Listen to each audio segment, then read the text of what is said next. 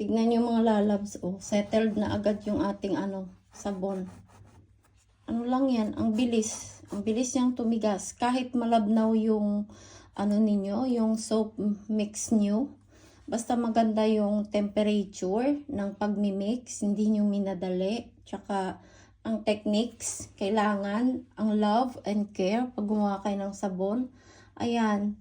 Maganda talaga yung resulta ng sabon ninyo pag ganyan. Tapos, sa mga baguhan, gawa lang kayo ng mga small batches. Kapag marunong na kayo, ayan, at saka yung mga gumagawa ng pang sarili.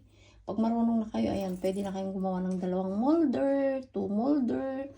Tapos kapag may mga problema kayo, may mga tanong kayo, question nyo sa sarili nyo, sagot ninyo. Mag-research kayo mga lalabs, madali lang.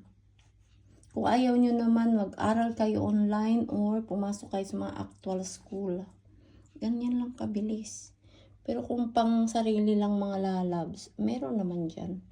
Tuturuan kayo. Pero syempre, may bayad. Hindi naman pwedeng gusto mo makuha ngayon ngayon na. Walang kahirap-hirap. Hindi naman pwede. Recipe lang ang gusto nyo. Ay, hindi pwede.